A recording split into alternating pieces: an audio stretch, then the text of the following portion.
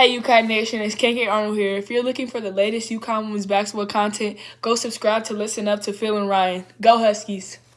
Yes, sir. It happened. Phil and Rye will listen up. Don't flip that calendar just yet to May, Rye, because as soon as we think we're out of April, we're not. Thank you, KK. And Rye, this is big. We've been waiting for this. We just talked about it last night, mind you, right?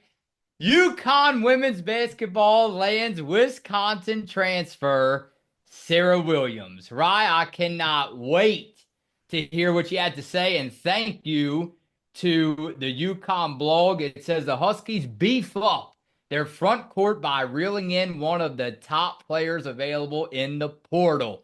Thank you, UConn Nation. You listened to Rye on this one.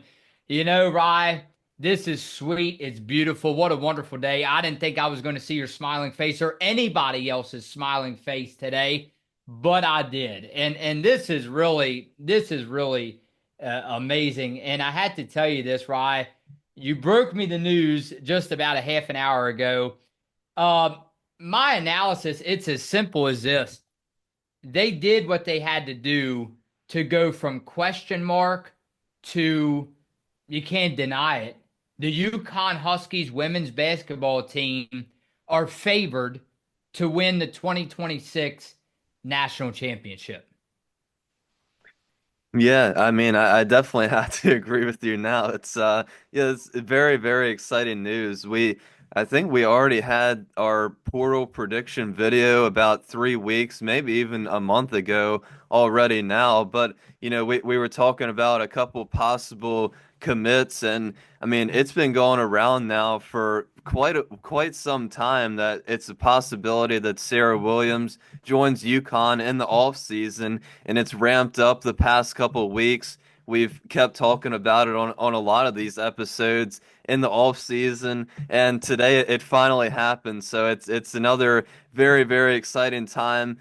Great exciting news for our Husky fans, Husky family. So excited to get the 6'4" forward from Wisconsin as she now joins the Huskies this season. Like you said, great addition to the front court. I think her next to Sarah Strong this season is going to be one of the best in the nation, and not to mention all the talented guards we have around them. So, I can't wait to see Sarah in those summer workouts this off season, and especially to see her grow as a UConn Husky. We already talked about in that video all her accomplishments in the 3 years she was with the Badgers. So I'm excited to see what she brings to the table for the Huskies, but it's definitely going to help their defense down there and their offense. And I think this puts UConn, or it keeps UConn now at the top of the map. We already won this thing about a month ago,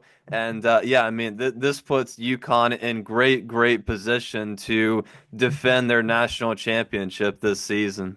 Oh my God, I love it. I love it. Look, let's go over to the post, right? The post says Genesis 28:15. Yes, I'll stay with you. I'll protect you wherever you go. Go Huskies. Welcome to Connecticut, home of the basketball capital of the world. So, from Phil and Rye on Listen Up, Serah Williams, if you see this, we want to thank you so much. And this gets Ryan and I up off the couch for sure. Now, no, right? Because we were going to anyway. We love KK Arnold and company. We were going to go up there anyway. But now it just adds that bang to it, right? Like Ryan and I, we might as well go ahead and get on the phone right now and book a special hotel, book them plane tickets, right? The schedule's not even out, but this just puts that extra boom into it because Rye has called me like, come on, Rye, come on, Phil, where are we staying? So yeah, look, not that anybody cares about that part, but to get down back into basketball talk business. So yes, welcome, Serah Williams. Thank you so much for having faith, trust in this program. One of the best, hey, national champions, right, Ryan? Defending national champions. If you ask me, you couldn't have picked a better name off the transfer portal list. And like you mentioned, we had that video not too long ago. But I want to ask you this very quickly before we get down into comments. With that dominant run led by Paige Beckers and company in the tournament, March Madness, what we just witnessed, right? this past season. What do you think? What do you think was, because again, not a lot of question marks to me. Now, I did mention one, and that was the front court. The front court was a big question mark. You said that. But with them having such a dominant run through March, do you really think that they were that concerned that they were like, yeah, we need Serah Williams and that's it, or else we're not going to go back to back? So what do you think, Ryan? In your opinion, what was such the big? I mean, was it? I guess I'm asking you. Was it a big? Were they really afraid, nervous going into the season if you did not have Serah Williams, because they look perfectly fine. Now Paige Beckers is gone, I get that, but I thought that they were perfectly still set up.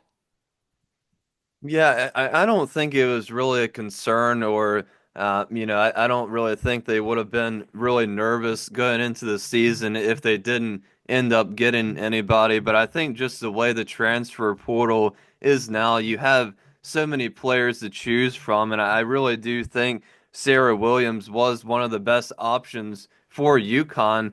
I mean, last year getting Caitlin Chen was kind of the perfect fit in the starting lineup for her to just kind of control the tempo of the game at times, her automatic chemistry. So hopefully we kind of see the same thing from Serah Williams, although she is going to be down there in the post most like or for most of the time. But I don't really think UConn was really concerned going into the season, but it certainly does boost their lineup a lot now, having Serah Williams in the starting lineup. And of course, we just had that video last night on Janelle Alfie, or a couple of days ago on Janelle Alfie, and how she's primed for a breakout season. So, of course, we'll still have her coming off the bench, Ice Brady, hopefully Ayanna Patterson coming back from injuries. So this just adds again to the depth of the front court, which we were lacking for a couple years with the injuries and not really able to get players